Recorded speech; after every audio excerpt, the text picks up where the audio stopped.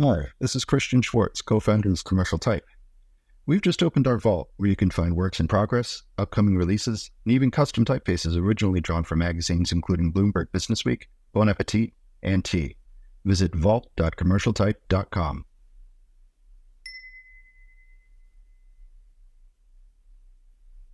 My first job at Playboy, Art Paul called me and he said, we can't find people to do the kind of ideas that I want to see in the magazine. And he said, do you think you can come up with a better idea than my staff? And I thought, I just for a flash of a second, I didn't know what the hell to say. Finally, I just said, well, I don't know if I can do anything better, but I know I could do something more personal. And there was silence on the other end of the phone. And Art said, that's a great answer, Brad. Go ahead and do something more personal. And so I did.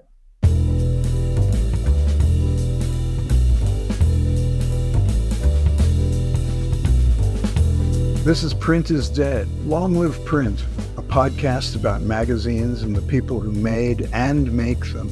I'm Stephen Heller. I'm Patrick Mitchell. It's 1967, and your train from Sandusky, Ohio, just rolled into Grand Central. You've got a suitcase in one hand and your portfolio in the other. You exit the station and take a right, uptown, before realizing it's the wrong way. It's okay, you're not from around here. So you turn around and head down to 223 East 31st Street, the studio of the celebrated designer Herb Lubalin, who was about to give you your first assignment in the big city. And so begins the career of legendary illustrator Brad Holland, a 50-plus year career that put him on the Mount Rushmore of contemporary American illustration alongside Milton Glaser, Edward Sorel, Ralph Steadman, Seymour Chwast, and the recently departed Marshall Arisman. When you begin your career in the summer of love, at some point the conversation is going to turn to sex. After turning in his first piece to Lubalin's Avant, Garde, a magazine with mild sexual themes, Holland's next few assignments came from magazines who liked it a little rougher, Screw Magazine and the New York Review of Sex, before finally landing a steady gig at Hugh Hefner's Playboy. As Playboy's legendary art director, Art Paul, would soon find out, Holland wasn't like other illustrators.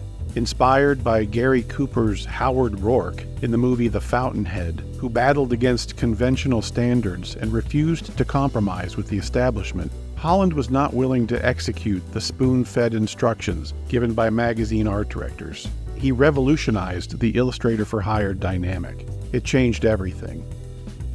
In this episode, Holland talks with our editor-at-large and esteemed design critic Stephen Heller, an Art Directors Club Hall of Famer and AIGA medalist, who also calls Holland one of his oldest friends and mentors.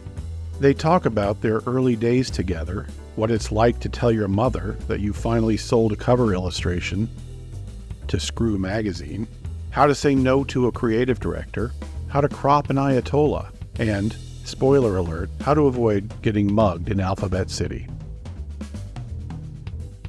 Brad Holland was a young man from the middle of the country, Fremont, Ohio, which maybe not unironically for today's conversation sits between the towns of Stony Prairie and Ballville. Brad's career took him fairly quickly from illustrating greeting cards for Hallmark to illustrating covers for Screw Magazine, where you were the art director, no less. You have an amazing story about your early career that we will get to in a minute, but first, tell our millennial listeners a little about what's known as the sex press that existed in the late 60s and early 70s. The period is just a little bit before my time.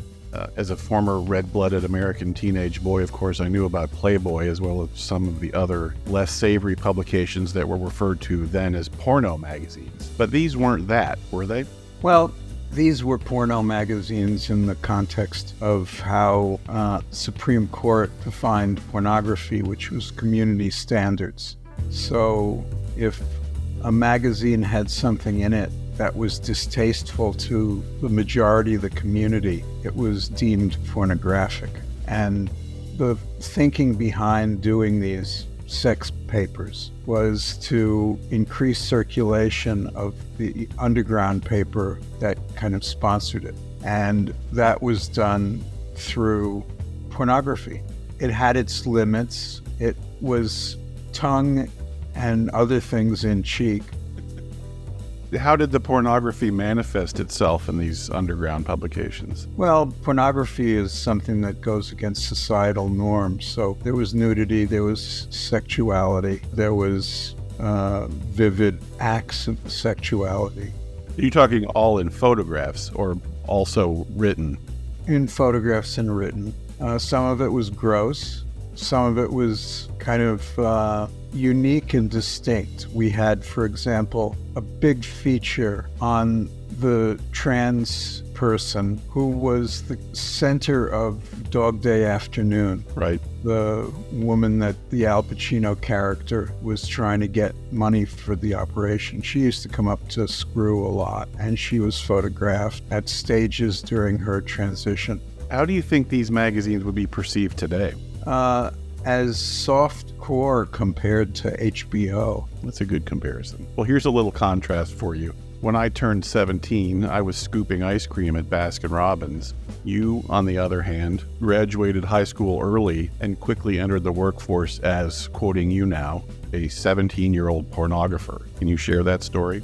Well, the story's going to be in my memoir that comes out this fall from Princeton Architectural Press. I was arrested twice during a major roundup of the 4 sex papers that emerged from 4 underground papers. One was the East Village Other, and they produced something called Kiss, and it had center spreads by Robert Crumb, by R. Crumb. The other was called Pleasure, and it was published by the men who ran Rat. Rat was an underground paper that subsequently was considered so misogynistic it was taken over by the militant women. And they have issues that they did to prove it. And they basically kicked the male staff out. And there were other publications. Screw, which was the overall umbrella company, is called Milky Way Productions. But the 4th publication was the New York Review of Sex and Politics. And that's the one that I published with 2 colleagues and worked on with Brad Holland. Basically learned how to be an art director by working with Brad Holland. And you were 17? When I was busted, I was 17, and they wouldn't put me in the holding pens with the adults. So I had to go into holding pens with prostitutes. And what was the scenario when you were arrested? The scenario was simple. They call on the telephone. They say, "This is Detective so-and-so from the district attorney's office. We have a warrant for your arrest. Do not leave. We'll be there in a half hour." Did you even spend a second thinking about going on the run, on the lam? Not a second. You know, when you're 17, you're not all that sophisticated. Right. And when you're 17, an American in New York City, you don't feel the danger of the police or the law, you know. Who's this hurting? Yeah. It's taboo, but it ain't hurting anybody. So I blithely went along. I asked them when we were leaving during one of the arrests. I had gotten to know the cops by then, if they were going to handcuff me. And the younger cop, who was an interesting character, he said, "Well, if you want us to, we will. But otherwise, I don't think you're going anywhere." And so, did this go to court? Yes. Our particular case with the New York Review of Sex and Screw were co-defendants in New York State Supreme Court. And it was a hearing about prior restraint, whether the state and city had the right to confiscate our material prior to any determination of its content or not. And in fact, they busted the issue of the New York Review of Sex that was called our Especially Clean issue and was basically about bathing, a kind of prefigured wet magazine, gourmet bathers. But there was also a big trial in Wichita, Kansas, and that was against Screw. Screw was indicted for passing pornography through the mails. And Wichita, Kansas was the hub of the postal system. So during that trial, the two publishers of Screw were the defendants, and I was subpoenaed as an expert witness for the prosecution. But I had been preparing for years to be subpoenaed as an expert witness and used illustration on the covers of Screw to basically counteract their accusation that there's no socially redeeming value. So I would use Brad Holland and say on this witness stand, this is a cover done by the artist Brad Holland, whose work has appeared in the New York Times and Time magazine, has won awards from the Society of Illustrators and the Art Directors Club. And I would do that with a lot of different illustrators. Yeah, you worked with quite a few A-list illustrators. Quite a few. I mean, they were A-list illustrators after I worked with them in Screw. Brad will have a better and different memory of it than I, but we both can agree that there was a lot of activity in art and design going on at that time. It wasn't, art director club friendly in the sense that it didn't follow any of the formal constraints or tenets of the time, but we got a piece into the AIGA Best Covers show. Doug Taylor, who was a great illustrator, part of the retro crowd, Kenny Nightel, Doug Taylor, others. He got an AIGA award for his Screw cover. And Brad, of course, could do anything he wanted. How did your time at Screw and the New York Review of Sex and Politics and Aerospace end? Well, New York Review of Sex and Politics and Aerospace ended after we couldn't sell issues. We did 20 issues. The first couple were bought out. Then we stopped putting a lot of sex in the paper. It was more heady. More aerospace. Well, the aerospace was tacked on at the very last issue. I was accused of being the only publisher in New York City that could make a sex paper fail by our distributor. So he said, you either put some nudity on the cover, because we had been doing covers by Brad Holland that were quite beautiful. We did one that had a photograph, and we redid the logo to spell out sex. And the same point size said politics, and there was a big ampersand. And it barely made it to the newsstand. I think the distributor threw most of the copies out, and that was the end of New York Review of Sex. We'll hear you and Brad talk a little bit more about those days in the interview, so thanks for sharing, and let's meet Brad. What I did want to start by saying is that Brad is the oldest friend I have on the planet that I know of. And Brad came into my life at just the right point, became my teacher, my mentor, role model. And we haven't really talked an awful lot in the last 20 or 30 years. So this is a great opportunity to talk about what we've been through in that amount of time, and particularly how his work not only affected me, but affected the magazine business in general, of which I've been a part. So the first question I have is more of a conversation piece. I remember when you got off the bus from Fremont, Ohio, it was one of those places. Out beyond the Hudson. Beyond the Hudson. And we met when you came and answered an ad for a magazine that I was doing and didn't know squat about magazine design. But you had already plunked yourself down in New York City, and your first illustrations were in Avant Garde with Herb Lubalin as art director. And just to start off, I'd like you to recall what that period was like for you. Well, the first thing is it was the so-called Summer of Love. You remember?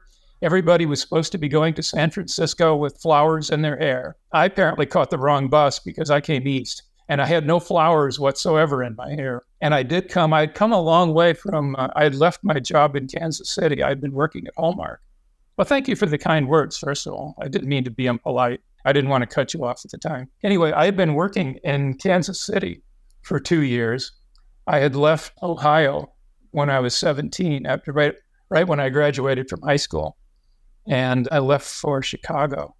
I'd never been to a big city before, so I didn't exactly know what I was going to do when I got there, but I figured I'd find out once I got off the bus in Chicago. So I worked there for 18 months, and then I got a job at Hallmark where I became a supervisor and did a lot of book illustrations, which gave me a good portfolio. And I just quit my job and came to New York with absolutely no idea of where I was even going to stay the first night. I didn't know anybody. I stopped off in Ohio. My grandfather just had his leg amputated. And so I spent a month there driving him up to Toledo so we could learn how to walk with his artificial leg. Then I caught the bus from New York. But did you have a sense of, you knew what the good magazines were? And Oh, no. I mean, the best thing you could do about magazines was just go to the newsstand and look at them and see which ones looked like they might use me. The thing that made a difference in my case was Herb Lubalin was art directing a funny magazine called Fact in those days. And Fact was one of Ralph Ginsberg's fairly eccentric publications. He had published Eras back when I was working in Chicago. And I don't remember how many issues it had. It was a quarterly, and it has a hardcover kind of based on Horizon magazine. And he had some good people, except that he decided to be clever. And since it was a magazine designed around erotic art, he decided to mail it from Blue Balls, Pennsylvania, and Intercourse, Pennsylvania. And he sent the subscriptions out from those two cities. And the government got him for pandering. It was the charge. Pandering is the charge. He had used the U.S. mails to pander. So that closed down that magazine. So he ran on, second one was Fact. Fact was kind of a combination of Consumer Reports and the National Enquirer. It was full of articles about how Coke was going to give you cancer and so on. But the one thing about it was Lubalin was such an adventurous art director that he would design every issue using one artist to do black and white artwork for all the articles. And I'd started following this because my friend Jim Parkinson had told me about it at Hallmark. Parkinson was a great lettering artist, and Lubalin, of course, used typography beautifully. So Jim was the one who told me about Fact, and I began following it. Lubalin used type beautifully in Fact, but he also got artists to do single issues. They would do everything. And a lot of artists would just paint pictures, and then they'd be run in black and white. But there was one issue just before I came to New York that was done by Etienne Delisert that used his ink drawings very beautifully. And so I had it in my mind when I got to New York, I was going to see Herb Lubalin. And I didn't waste any time. I got off the train rather, took a bus to Sandusky, and then caught a train from Sandusky to New York. Anyway, I got off the train, put my suitcase, I had a suitcase and a portfolio, put my suitcase in the locker. They still had lockers in Grand Central Station in those days. And I went to a telephone booth and called Lubalin's office. They wouldn't look at my portfolio, but they said I could drop it off. So I dropped it off. I went out on the street. I didn't know New York at all. Didn't know anybody. I found myself on 42nd Street, and I started walking one block, and so I was on 43rd Street. So I knew I was walking in the wrong direction. I was headed for, I think it was 31st. So I just went in the other direction, walked on down until I found the place, dropped off my portfolio, came down to Greenwich Village. I had located it because I'd seen a cartoon with a hippie standing on the corner of 6th Avenue and 8th Street. So I knew roughly where Greenwich Village was. And I got something to eat, went back to the studio, went back to Lubalin's office, and he had a job for me, except I had to do it in 2 days. And you had no place to live? Well, I asked him, I didn't have any art supplies either. So I asked him where I could find an art store. And he said, "What neighborhood do you live in?" And I said, "I got a locker at Grand Central Station." And he said, how long have you been in New York? And I said, "What time is it?" I had been in New York for 4 hours at that point. So I found a hotel in Times Square, and I went to the Walgreens that was on the corner of 7th Avenue and 42nd Street, that famous old Walgreens that you used to see in the movies.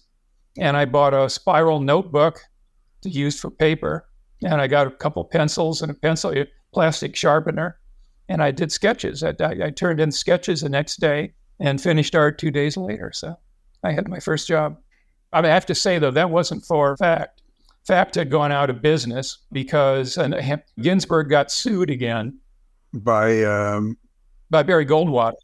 He had hired a bunch of psychiatrists to analyze Barry Goldwater, so-called, since none of them had ever met Goldwater or treated him or analyzed him. They were just giving their political opinions. And Goldwater sued him. That's the reason that there is the so-called Goldwater rule, I guess.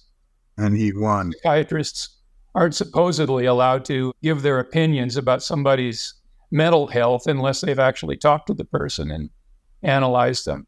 But anyway, what Lubalin told me was he said he wanted to publish a portfolio of my drawings because I had this whole portfolio of unpublished drawings that I had done while I was at Hallmark. And he said, but you better talk to Ginsberg about that. And you better talk to him fast because he's leaving for prison next week. So I got an appointment to see Ginsberg, and he was indeed going to Allenwood. And he was looking for someone to edit his new magazine, Avant Garde, which is the publication that I did my first job for. Since I wasn't ready to edit Avant Garde, he wasn't particularly interested in me. And I said goodbye to him, and I never saw him again, actually.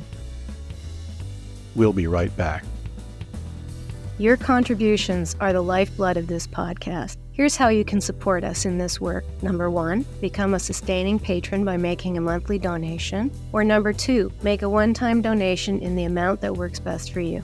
Visit printisdead.co/support for more information. So when you finally got a place to live, it was on the Lower East Side. My first place was the Collingwood Hotel. I worked for 2 weeks in Times Square, and then I moved to the Collingwood Hotel on 35th Street, which is Little Korea now. But it was a hotel they said you could, this was great, you could rent it by the day or the hour, and you didn't have to have any luggage. I had a room that had been used by a prostitute before me, and I used to, for the first month that I lived there, which I got for a discount, because the lock on the door didn't work. So every night I would push the bed up against the door in case anybody tried to break in. I figured that would alert me. But I would field all these calls for the prostitute who had the room before me. However, it did give me a telephone. There was a phone strike on in New York. And if I had gotten an apartment, I couldn't have gotten a phone. So for 6-7 months, I worked out of that hotel room. I went down to 23rd Street and I got a great big drawing table. It was 5 feet by about 4 feet. I carried it on my back to the hotel. I didn't have money for a cab, so I carried it in 2 pieces. I carried the drawing table on my back from 23rd Street to 35th. When walking into the hotel lobby, like some sort of laborer with this big giant, it looked like a door, I think, to most people on my back. Got into the elevator, carried it up to the I think the 9th floor, I think is where I was living. And then I went back and got the stand and carried it back separately. So I had a drawing table, got some lights, and I was in business. And you were taking your work around the city. Yeah, I was taking a portfolio out every day. I was meeting an old girlfriend, or at least a woman I had dated in Kansas City. She came here to visit me for a week. She stayed at the, what was that? An old hotel on 32nd Street. The Martinique. It was an old abandoned hotel that I think had been a big headquarters for the Communist Party once. And she was a very elegant college graduate, so I think I'd set her up in the wrong hotel, as it turned out. But anyway, it was close to the Collingwood, and we'd spent the week together just traipsing around. This was the height of the 60s. It was the summer of love. The Beatles had just released the Sgt. Pepper album. Everything was kind of a hippie culture suddenly. You know, the word hippie had emerged just that year. The big song that year was A Whiter Shade of Pale. Still probably the best song out of the 1960s, as far as I'm concerned.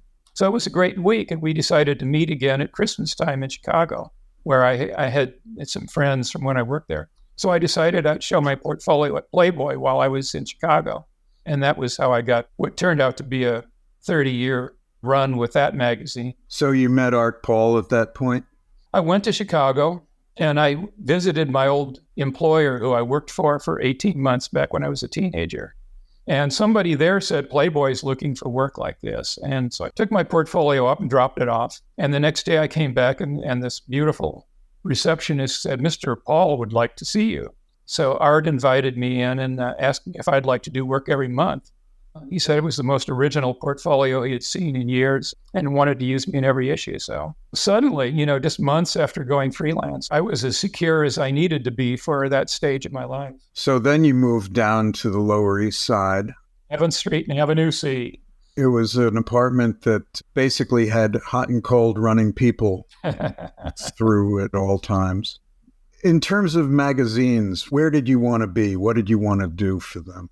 That would take long to describe, and no one would believe it if I did. What I was looking to do was not magazines. I wanted to do books of my work. I really wanted to do books the way people do record albums.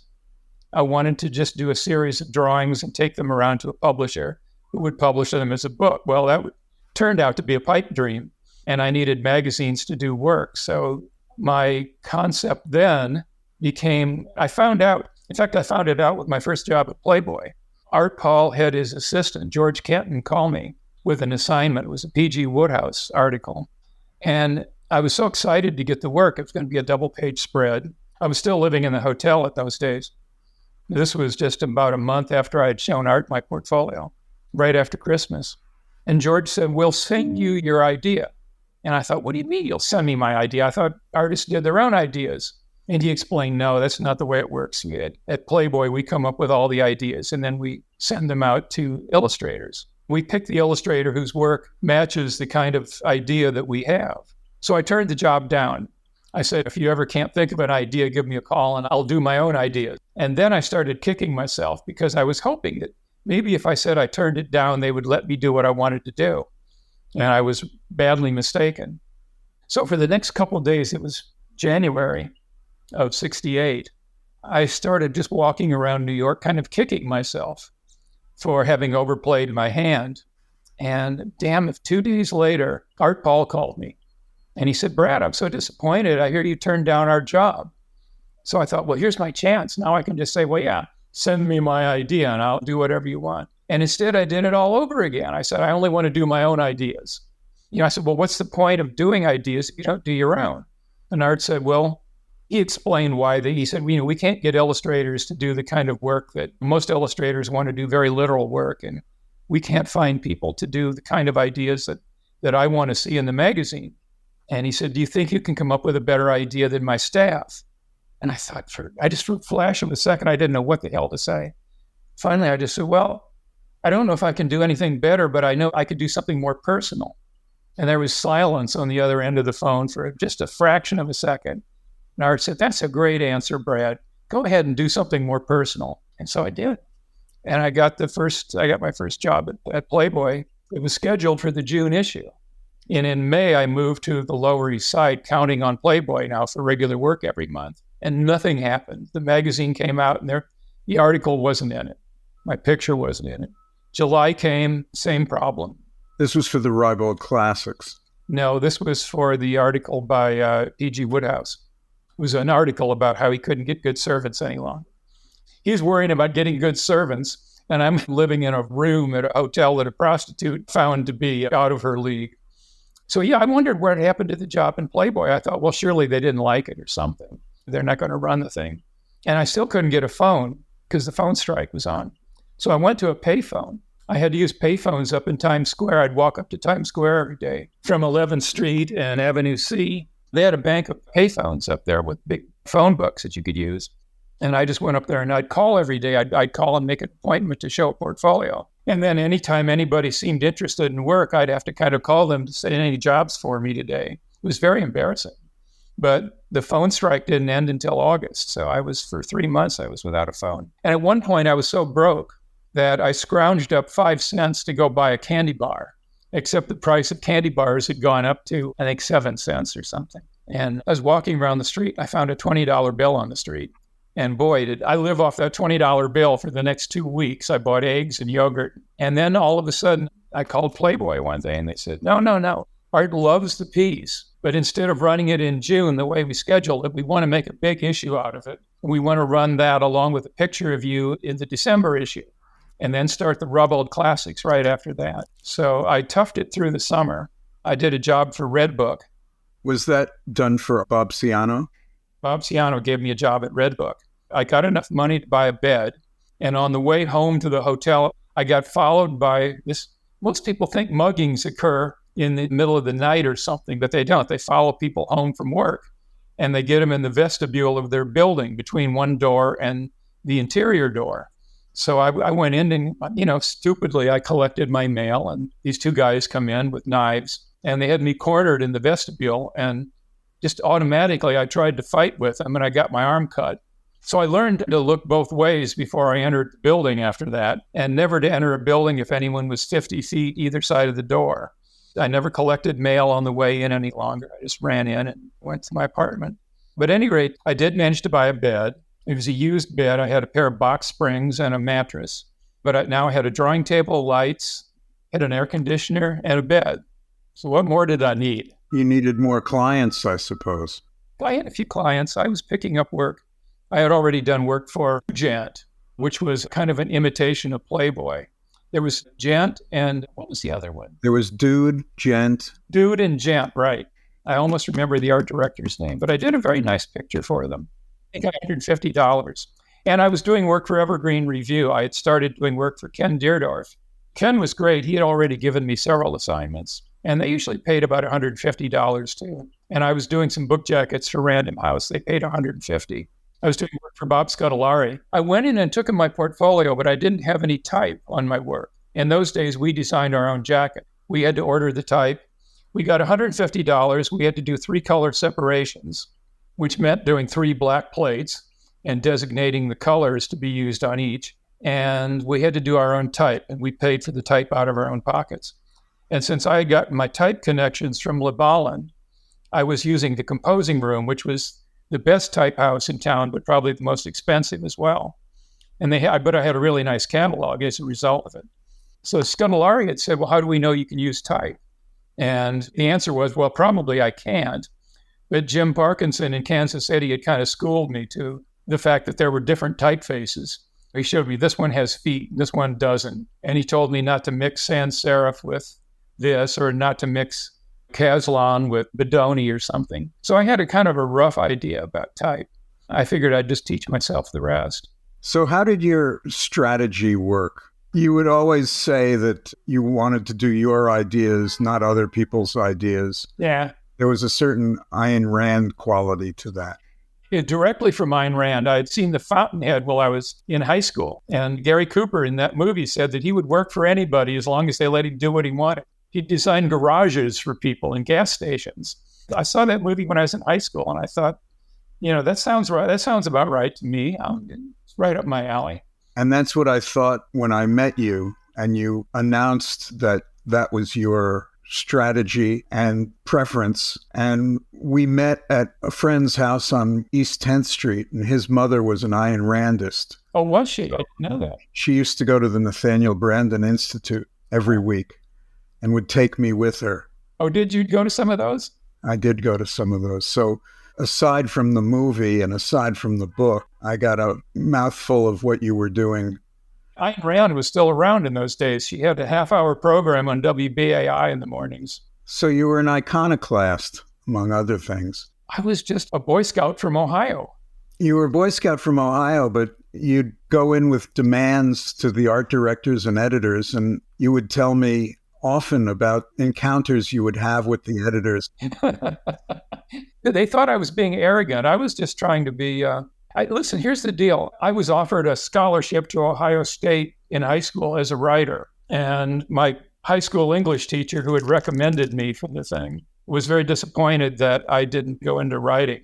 So I figured when I was in Chicago, I thought when I went to Chicago that artists were really artists and they did what they wanted to do. I didn't realize that the whole business of art broke down into fine art and commercial art. And if you did fine art, you couldn't do anything realistic any longer because those were the days of abstract expressionism. Picasso had said that after me, there can be no more realism because you can make wine from grapes, but never the reverse. And then along came Odd Reinhardt, who was painting these black on black paintings and saying he was the ultimate artist. He had taken art as far as it could go, and it couldn't go any further. He had solved the problem. All the problem that had bedeviled artists for centuries was all done. And the only thing now was to politicize art and start making art responsive to political needs. He didn't go that far. That was what followed him. My idea when I came to New York was if I couldn't do what I wanted to do as an artist, I'd go into writing and do it there. And I just decided to make a kind of a make or break logic. So I wasn't trying to be an egotist. I just figured if I couldn't do the kind of work I wanted to do, I'd rather do something else. We'll be right back. Print is Dead is made possible with the support of Mag Culture. Read our online journal, listen to our podcast, and visit our shop to discover why we're convinced print is very much alive. All available at magculture.com. So when you went to the New York Times... I didn't go, I was taken. There were 3 art directors who were responsible for what I wanted to do, making me successful. Well, 4. After Herb Lubalin was the first, but I never worked with him again. Art Hall was the most important because he gave me this high profile in the highest paying magazine in the world. I was getting $1,000 a month from Playboy, and that was 1968 money. I looked it up a year ago or when I wrote an article about it. It would be $5,000 in today's money. So I was already getting the equivalent in today's money of $5,000 a month for doing one picture. And it was Playboy had a huge circulation in those days. It had over, I think, 6,500,000. So I had a huge circulation in a popular magazine, being well paid for it, and I never had to show them a sketch for any of those Rebel classics, ever. They sent me a job, usually about 3 days before it was due. I'd do it in 3 days and send it back. That was the way we worked for 20 years. It was a great relationship. At one point, art began to disprove of I began to start doing work that was a little too cartoony for Art's taste. And he said so. And he rejected 2 pictures that I did. He was talking about getting rid of me at that point, if I wanted to keep doing pictures in that manner. And I said, well, no, I don't want to do them in that manner that bad. So I went back to doing pictures the way I had been doing them. And he was right. I look at those couple of exceptions now, and I was trying too hard to fit into the hippie culture that I had become part of when I met you, because you were art directing. Well, when we met, you were already art directing the New York Free Press. New York Free Press. And I had seen the ad. I was looking to get involved in the hippie papers. And I had the Village Voice, and I saw that ad that you had run. So I called you up, and you told me to meet you at this apartment. So I got there, and here were a bunch of kids who had just graduated from college or from high school, acting really cool and kind of eyeing me like when I used to catch the bus east from Arkansas. I would get on a bus that had come out of Los Angeles and switched the Ozark stages would connect in St. Louis. But by the time I got on the bus that was headed east from California, everybody on the bus had been on board for like a day and a half. They all knew each other, and I'd get on in St. Louis, and everybody looked at me like I was a new kitten in the litter. And that was kind of the way you and your pals looked at me that day when I showed up with this big portfolio on all these pictures. Well, I think it was the largest portfolio anybody ever saw. But the pictures were big. I needed a big portfolio. So at any rate, yeah, we did that job. We did Borrowed Time, your publication that you did with your bar mitzvah money. And in the middle of it, your art director friend quit. And you and I ended up on the floor of my apartment pasting up ads. And I tried to find a bunch of illustrators to do work for it. And I said, I was going to just kind of bring some people into it. I got some friends, and I said, we're doing this magazine, and I just want you to do whatever you want to do. By this time, I already had the idea that we would get pictures that were separate from the articles. I mean, this was the reason I wanted to get into the hippie press. Every magazine that I was showing my work to wanted to art direct me. And I figured, well, maybe the hippie press will be different because, everybody's making it up as they go along there. And if I get in there, maybe I'll meet some young people who will become art directors. And then we can work this thing out from, you guys were more my age than the art directors I was working for. Most of the art directors I was working for were in their 30s or 40s. And you were just a few years younger than I was. So I figured I would be more with people my own age if I got into the hippie press, because I was still 23 when we met. But you were working for glossy magazines. Yeah, I worked for Red Book by then, and Red Book was a big magazine. And Red Book was one of the highest paying publications. Red Book and McCall's were run out of the same office. And McCall's was that place where Bernie Fuchs was making a huge splash in those days, doing all those Kennedy articles and so on. McCall's was one of the highest paying magazines in the world as well. And Red Book was kind of the little sister publication, but they were high quality. So was illustration for you a quintessential art? I treated it no different than I would have treated fine art if I'd gone into fine art. I had no art education when I went to Chicago. I wanted to work for Walt Disney. You know that. I've written about it. I applied for a job at Disney's when I was 16, got rejected when I was 17, and then I figured I'd have to go to Plan B. Unfortunately, I didn't have a Plan B, so that's when I got on the bus and went to Chicago and figured I'd just make it up as I went along. I did apply for a job at Disney one more time while I was in Chicago and got rejected a second time. So then I figured I would just become a fine artist. And that was when I found out that fine art was supposedly a very different thing. If you were an illustrator, you weren't doing anything important. If you were a fine artist, anything you did was important. This was the era of the topless cello player. Remember Charlotte Moorman? Charlotte Moorman. I think she began by playing the cello topless. And by the time she was finished, she was playing the cello naked. But this was the era of topless cello players and self-mutilators. And I figured, if this is what art is all about, I don't want anything to do with it. So I will do this. And in the meantime, I had gone beyond Norman Rockwell, which is what I thought of illustration. And I had the great Chicago Art Institute there. It was free admission during the day. And I worked downtown, so it was only about 6 blocks from there. I'd walk over during lunch hour. Lunch hour could last all day because we didn't have much work at the studio. We'd usually have to do paste-up jobs at night. But during the day, I'd wander through the Chicago Art Institute. I saw Rembrandt's etchings, which I thought were ink drawings. I didn't know what etchings were. I saw Edward Hopper's Nighthawks, which I didn't like. I thought it looked unfinished. I didn't realize he would later be one of the biggest influences on my painting style, but it began there. I saw Winslow Homer, whose paintings I had seen in an encyclopedia. At that age, I couldn't have told you Michelangelo from Leonardo. I was that ignorant of the fine art world. I seem to remember you were interested in the Brandywine School as well. Yeah, I was very big on the Wyatts, although I liked NC more than Andrew, and he was a big influence. Take us to the Times, because that is where... Well, it began with you, because you were doing the New York Free Press when it morphed into Screw, and you were Screw's first art director. So how did you feel when you learned that the Free Press was folding, or it was in decline at any rate, and Goldstein and what's his name, Jim Buckley were starting this sex paper, which I have to say was predicated on the fact that there had been a Supreme Court ruling about a Swedish movie called I Am Curious Yellow that showed intercourse on the screen for the first time, and the Supreme Court ruled that it wasn't pornographic. So what happened at the New York Free Press that got you into becoming a pornographer? Being 17 and not knowing any better. I wanted to do cartoons, and you wanted to publish in the Free Press, and I told you that only I could run. Yeah, you were the only artist to be in the Free Press.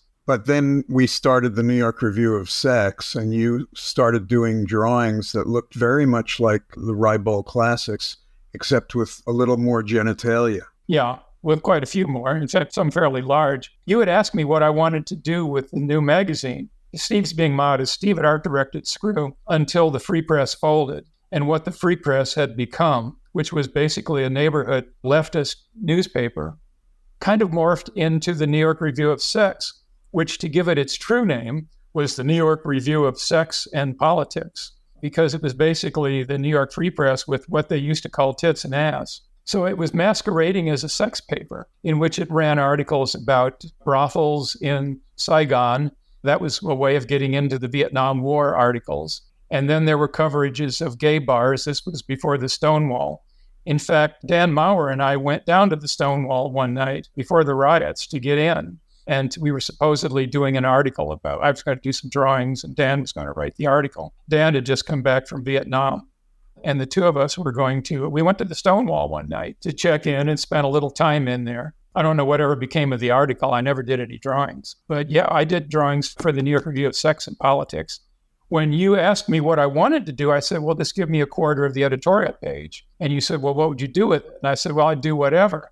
And you said, fine. So that was the way we started that one. So you were next to Art Paul. You were the second in the league of art directors who just let me do what exactly I wanted to do. And I did it for, I think, what were you paying, $15? If you were lucky, we paid you. Yeah. Well, I did 4 drawings for Screw under 4 different names that made it look like you had 4 different artists. I did an Edward Gorey style drawing. I think I did a Jack Davis style drawing. I did one of my own. And I may have done a Leonard Baskin drawing. I can't remember. Well, you did a number of Leonard Baskin drawings. Yeah, I did a lot of Baskin drawings. So how did the leap to the Times happen? Well, after you left Screw to work on the review of Sex and Politics, which later added the title Aerospace, since the editor had been a paratrooper, it was the New York Review of Sex and Politics and Aerospace, which, do you remember the slogan for the newspaper? Because it said it all. A symptom of our times. Symptom of our times, right. And it was the New York Review of Sex and Politics, a symptom of our times, which was a way of saying, sorry for all the naked pictures, but we have to do it in order to get readers. That was essentially the way the paper functioned. Otherwise, it was very political. So anyway, Suarez came, J.C. Suarez, who had been your boss when you signed on after high school to edit. Steve should be telling this himself, but he's going to be too modest to tell it. Steve graduated from high school when he was 17 and got a job working for the Free Press as a summer job. And J.C. Suarez was art directing the thing. And J.C. had just come out of the Army himself and was doing drawings very much like David Levine and art directing the Free Press. Steve got this job, and Suarez got a better job and left overnight. So Steve was left learning to art direct the New York Free Press kind of on his own and just making it up as he went along. So when Steve started art directing, when you started art directing the New York Review of Sex and Politics, Suarez came back to edit, to art direct Screw. But he has also got a job moonlighting, or maybe sunlighting might be a better word, for the New York Times, working kind of day jobs at the Times. And y'all had moved into 85th Avenue, and Screw moved just down the hall from us. So Steve and his crew had an office on one end of the hall, the New York Review of Sex and Politics, and Screw was down on the other end, producing Screw. And the two rival sex papers were running out of the same floor, and people were running back and forth between the floors. And Suarez came in one day, mostly, I think, to just kind of razz Steve and give him a hard time. And I happened to be sitting there, and Steve introduced us. And he said, I've been following that work you're doing in Playboy. One day he came in and he said, hey, how would you like to do for the New York Times what you're doing for Playboy? And I said, yeah, sure, thinking he was just making it up. But damned if he didn't. The next day we were headed up to the New York Times. Suarez, this is great, Suarez was the only art director in the hippie press who drove a Bentley to work. He had two of them. He was very much offended if you referred to one of them as a Rolls Royce. Bentleys, in his mind, were superior to Rolls, and he definitely had a Rolls. He was not making the money from Screw. I have to mention that. He was the descendant of a banking family, the Suarez family in Alexandria, Egypt, and they had left the country during the Nasser Revolution back in the 50s. He had gone to Yale and I think dropped out, and then went to Pratt because he wanted to be an artist. So anyway, he took me up to the New York Times and introduced me to Harrison Salisbury. And they were just starting the op-ed page. And Harrison asked me how I saw my work being used, how I saw illustration being used on the op-ed page, because they had never run art on the editorial page before. It has to be said that the op-ed page existed because Lou Silverstein started the page and used people like Ralph Steadman along with other European artists. Did he use them before Suarez? He used them before Suarez. Oh, really? Suarez was a good choice because he was already fluent in that language of European illustration. I came in with Suarez, so I attribute everything to him. So when you came into the op-ed page, there was this overlay of surrealist work, all linear, all seeming. His studio, in fact, Suarez's was called Dada Studios. Yeah, that's right. So he had that sensibility. Oh, yeah, Suarez had a definite background in all that. So that's when your work began to change. You were doing that kind of comic strip, R. Crumb-related stuff, and then it kind of morphed into what I consider the first link, the junkie drawing with the mouths and the arm. Yeah, that was one of the first drawings I did. Harrison asked me how I saw my work being used. He called it illustration, and I said, well, I don't really think of it as illustration. I didn't know what to say, and I kind of stammered around for a second, and then I thought I had a great angle, I said, just imagine that you've locked the writer in one room and the artist in another, and you give them both the same assignment, and then you put the stuff together. The writer gives you an article, and the artist gives you a picture, and you just put them together. As long as they run tangent to each other, that qualifies as a direction. And I'd never used that line before. I began using it after that. The example I always used to use when I was arguing with art directors about it was, I said, take the most famous illustration in Western art, which would be the picture of God creating Adam on the Sistine Chapel ceiling. And I said, why does it not illustrate the story? The story has God breathing life into Adam. It doesn't have them touching fingers. Why did Michelangelo paint God breathing life into Adam? Because on the Sistine Chapel ceiling, it would look like a kiss. And it wouldn't have given the impression that Michelangelo was trying to convey. But everybody who's ever petted a cat in the middle of winter knows that sparks jump, or when you shake hands with somebody, static electricity jumps, or when noses come too close in dry weather, just before a kiss, a spark will jump. And Michelangelo must have recognized that and turned the breath of life into the touch of the hands. And I said, I don't know a single person, art critic, preacher, anybody who has ever criticized that painting because it doesn't illustrate the biblical language. Everybody takes it for granted because the Hebrews, when they wrote the Bible, were using a verbal metaphor. God breathes life into a person. And so when that comes from the belief that when you die, you breathe your last breath. So if the breath that leaves your body signifies you dying, it must have been the breath of life coming in from God. It was a perfect metaphor, but it was a verbal metaphor. And what I was looking for was visual metaphors that didn't simply imitate the verbal. And so, for example, once I had a job to illustrate a glass ceiling, and I did a picture of a guy who was climbing a flight of steps. Only when he got to one step, the next step was too big a step that he couldn't have made it. It was a glass ceiling, except there was no glass ceiling. So I took it into the editor. And he said, the article's about glass ceilings. Where's the glass ceiling? I said, it's glass. You can't see it. And then I tried my Michelangelo story on him. So usually by that way, I began to explain, at least to some editors, that what I was looking for was a visual counterpart to whatever verbal information they had in the text. And it began with trying to explain it to Harrison that day, because over the first year or so, I was having a hard time explaining what it was that I was trying to do besides being a jerk, which is what some thought I was just being. So the op-ed page allowed you to follow that strategic idea, that philosophical idea that you had. I did pictures. Well, for one thing, Watergate came along. And with Watergate, I didn't have to follow the story. In fact, the story evolved so fast that usually by the time the story was written, there was too little time to do a picture just to go with it if you wanted to get it out overnight. So I began just doing pictures following the news. One week I did 4 different pictures about Watergate. One of them was Nixon on the top of all his subordinates. Each subordinate was smaller than the one above him. Nixon was at the top, Haldeman right under him, Ehrlichman right under him, John Dean right under him, and I didn't know the rest. So I made them all generic. But each one got to be so small that they were eventually just a chain of people collapsing. It was used on the cover of the first catalog of op-ed work, but it was one of 3 drawings I did that week. And I just took them all up to the Times and dropped them off. And they just applied them to articles as the articles came in. So I didn't read a single article for any of those pictures. When I first went to the Times as art director of the op-ed page, you gave me 3 books. One was Ketty Kollwitz, the other was Heinrich Clay, and I think George Gross was the third. I don't think so. I didn't like George Gross.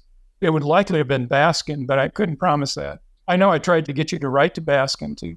Well, I did, and I got him to do stuff for Yeah, he did a draw. He did Nixon and who else was he? He did Ford. Yeah, it was Nixon and Ford. And he did them on the back of other drawings, and they were about a year after you wrote him the letter. You wrote him a letter, it took a year for him, and he sent a letter back along with a picture of Nixon and a picture of Ford, drawn on the back of some other drawings that he, I guess, discarded. But yeah, I was trying to get you to use all kinds of people like that.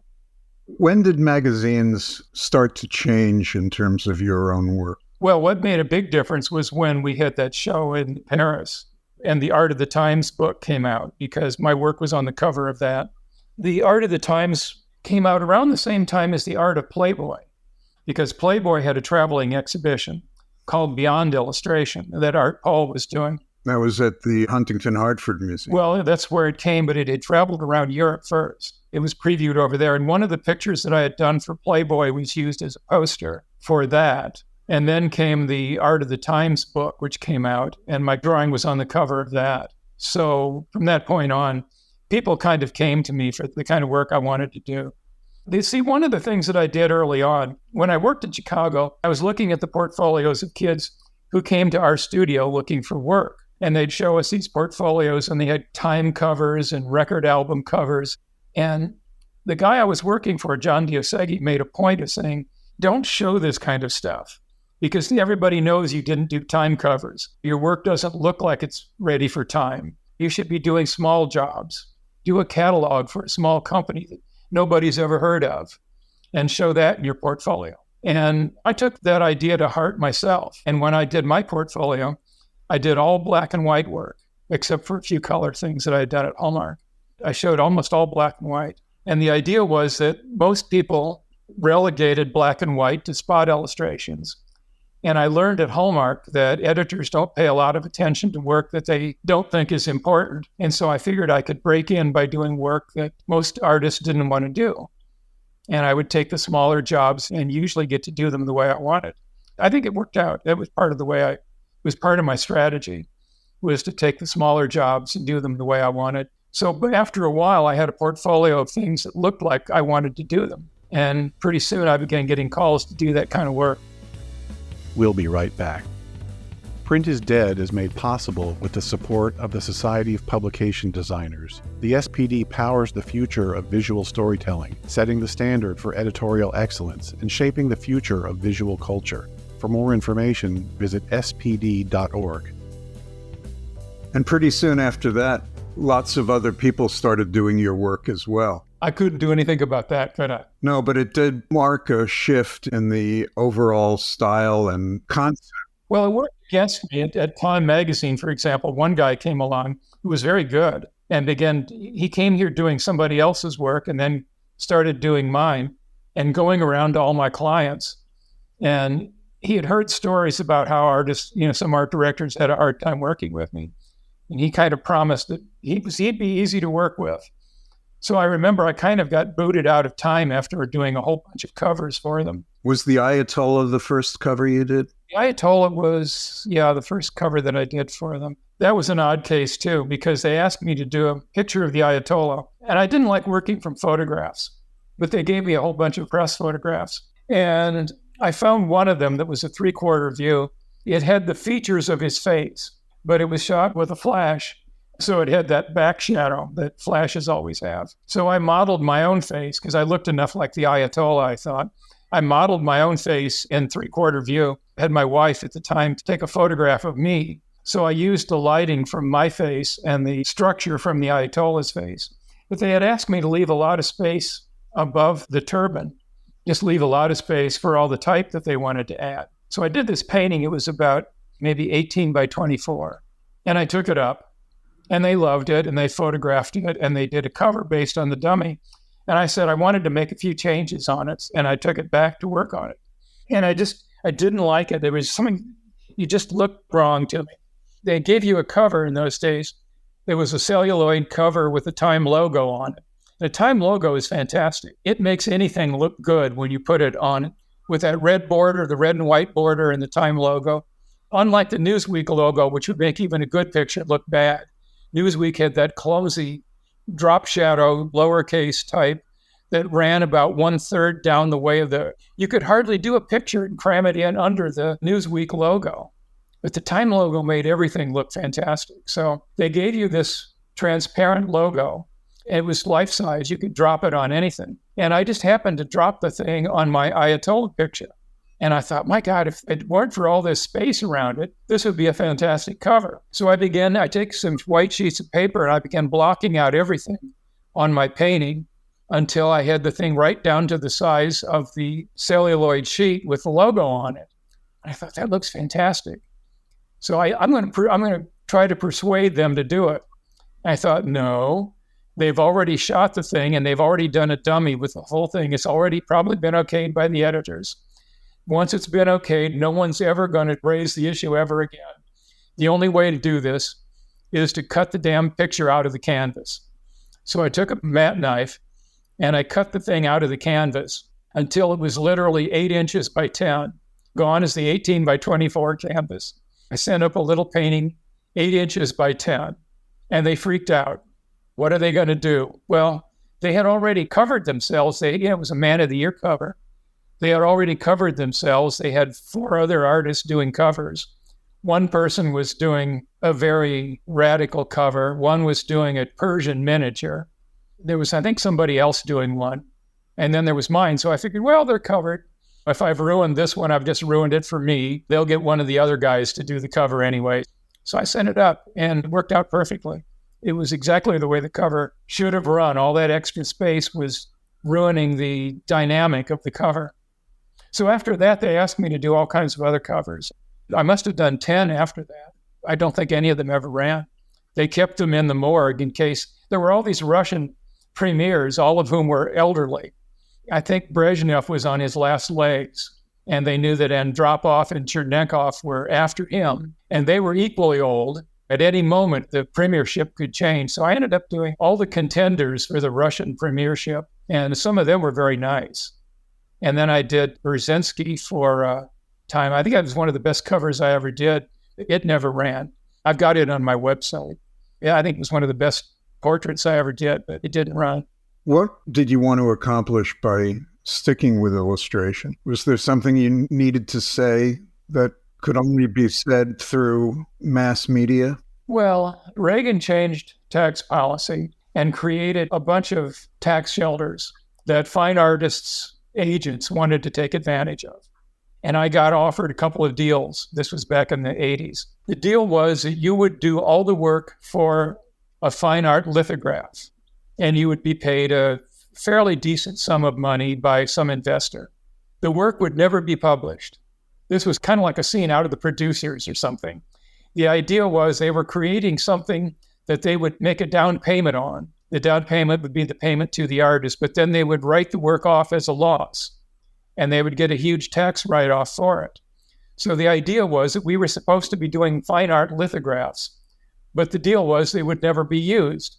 We would just be paid for doing the work. And I thought, well, hell, I could get a job as a caterer. I might as well, if I'm going to get a tax shelter job, I might as well do something like that. So I turned those jobs down. But I was married at that point, and I wanted to buy a big house for my wife. So I started doing a lot of advertising, and I already had the reputation for doing my own ideas. So I got pretty much the kind of license that I wanted doing advertising as well.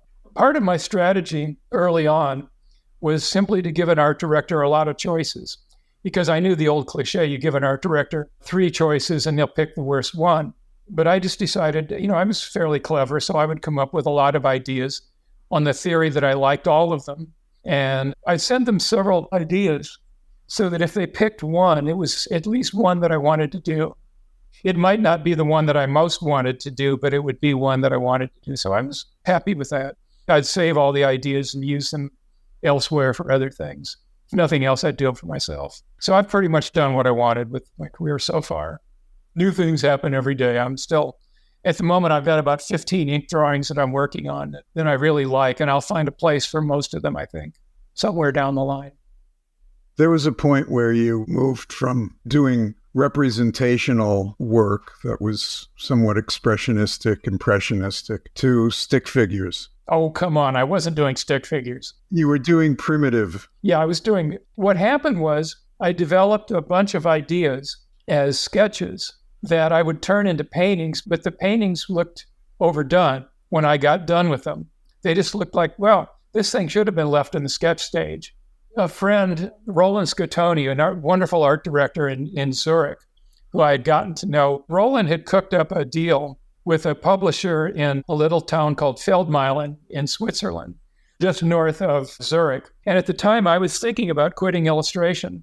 I had this friend, Gaylord Sartain, who's an actor, and had set out to become an illustrator. Gaylord came to New York and did a few illustrations, and then went back to Tulsa and became a local TV star, and then got into hee-haw and got into the movie Nashville, and then went out to Hollywood. And he played lots of parts in lots of movies. He was in Mississippi Burning and Fried Green Tomatoes. He's made quite a good career as an actor. He was filming Hee Haw one year, and I went out just to hang out with him. He wanted to show his work to Playboy. And so he and I were going to go to Playboy together. And I was going to introduce him to everybody and take him around. By this time, he was a big local star in Tulsa and in all the localities, Iowa, Texas, Arkansas. He had a weekly show, Friday, Saturday nights, whatever, called the Uncanny Film Festival. It was one of those things where he showed old monster movies and did a lot of shtick with Gary Busey, who was a guy he had gone to college with. Gary was still using the name Teddy Jack Eddy in those days. And so Gaylord and Teddy Jack Eddy were the stars of this local TV show. And then Gaylord went national when he got into Hee Haw. So I went out to hang out with him at Hee Haw one week. I spent the week in Nashville with all those characters. And then Keith Carradine came by. They were shooting a scene at the Nashville airport for that movie Nashville. It was the assassination scene. And he said, "You guys want to be in the movie? Come on by."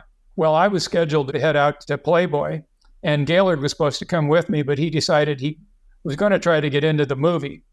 So he hung out, and he and Keenan Wynn improvised a scene at the cafeteria that day, and it made it into the movie. That was Gaylord's entry into the movie business. But in any event, when I had gone out to California with Gaylord that summer, and I was trying to talk to all these screenwriters just about because I was getting imitated. There were so many people imitating me at that point. I thought, well, maybe the thing to do is get out of this business and get into screenwriting anyway. I had wanted to write plays when I was younger. I had lots of ideas for movies. So we went out there and I met quite a few screenwriters, talked with them. And I was just thinking of changing my name to Christian Bradford and starting in as a screenwriter. But I came back and there was a letter waiting for me from Switzerland, from Roland Scotoni, if you forgot where the story started. And Roland had invited me to Switzerland for a month, all expenses paid, to just do lithographs at this company called Zontopel. They had used to make great big lithographs on these giant stone lithograph plates. So I went over there and I spent a month doing lithographs. And I began keeping a sketchbook. Nick Meglin, who used to be the editor at Mad Magazine, had done an article about me for American Artist magazine. And Nick was a great pen and ink artist. So he gave me some sketchbooks that he had bought and was afraid to use because the paper was too big. And while I was over there, I started keeping sketchbooks. And when I came back, I got this offer. I'd done all these lithographs, but I had just been thinking about all these sketches that I had been doing. And when some jobs came up, I would do sketches and then turn them into paintings. And then I would look at my work and I thought, well, the sketches look better. So Roland called me then, and he wanted me to do a Swiss Art Directors Club yearbook. He wanted me to do a painting for the cover. And then all the inside pages would be the sketches that I did. And I said, I got a better idea. Why don't I do the cover and all the inside pages just from scratch? I've got all these ideas that I've done as paintings that I think would look better as sketches. So that was the way that started. I did 40 drawings for him, and we just applied them to this Swiss Art Directors sketchbook. And it got a gold medal from the Art Directors Club in New York. And the Swiss Art Directors Club would have given it a gold medal, except since they were the client, it wasn't eligible. They gave me a silver medal. But that got the attention of some art directors who called. So all of a sudden, I just began to get calls to do more work like that.